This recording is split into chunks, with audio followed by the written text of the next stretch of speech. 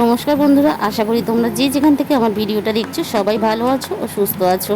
এই গরমে কিন্তু আমাদের বেশিক্ষণ রান্নাঘরে থাকতে ভালো লাগে না, আর বেশি কিছু পদ হলেও আমাদের খেতে ভালো লাগে না। এই রেসিপিটা একবার হলেও বানিয়ে দেখতে পারো। প্রথমে আমি কড়াইয়ের মধ্যে দিয়ে দিলাম সর্ষের তেল, তারপরে দিয়ে দিলাম দুটো ডিম, তারপর আমি স্বাদ মতো লবণ দিয়ে ডিমটাকে খুব ভালোভাবে এইভাবে নাড়াচাড়া করে আমি ঝুরি ঝুরি করে ভেজে নেব।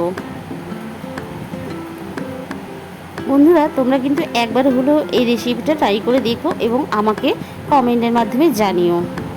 আমি দিয়ে দিলাম মাঝারি সাইজের দুটো পেঁয়াজ এইভাবে ঝুরি ঝুরি করে কেটে।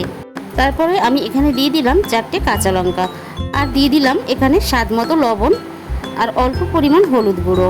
এখানে কিন্তু আমি খুব বেশি মশলা ব্যবহার করব না, আর এইভাবে একটু নাড়াচাড়া করে নেব।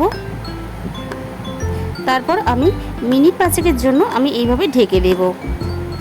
তারপর ঢাকা খুলে আমি আবারও একটু নাড়াচাড়া করে নেব, আর এটাকে কিন্তু এইভাবে নাড়াচাড়া করতে হবে, তা না হলে পেঁয়াজটা পুড়ে যেতে পারে। এবার আমি এইভাবে নাড়াচাড়া করে দেখো পেঁয়াজটা কিন্তু ভাজা ভাজা হয়ে এসেছে।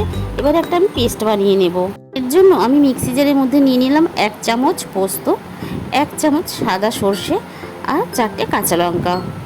এবার আমি শুকনো এইভাবে গুঁড়ো করে নেব আগে, তারপর কিন্তু আমি জল দিয়ে খুব ভালোভাবে পেস্ট করে নেব। প্রথমেই কিন্তু জল দিয়ে পেস্ট করলে খুব ভালোভাবে পেস্ট হতে চায় না। আর তারপর আমি এই পেস্টটাকে বানিয়ে পেঁয়াজের মধ্যে দিয়ে দিলাম, আর এবার আমি এইভাবে নাড়াচাড়া করে নেব যতক্ষণ না এই জল ভাবটা চলে যায়। এইভাবে নেড়ে চেড়ে আমি কিন্তু সব কিছু শুকনো শুকনো করে নিয়েছি। সব শেষে আমি দিয়ে দিলাম কাঁচা সর্ষের তেল, আর এই কাঁচা সর্ষের তেলের গন্ধটা কিন্তু ভাতের সঙ্গে মেখে খেলে দুর্দান্ত লাগে।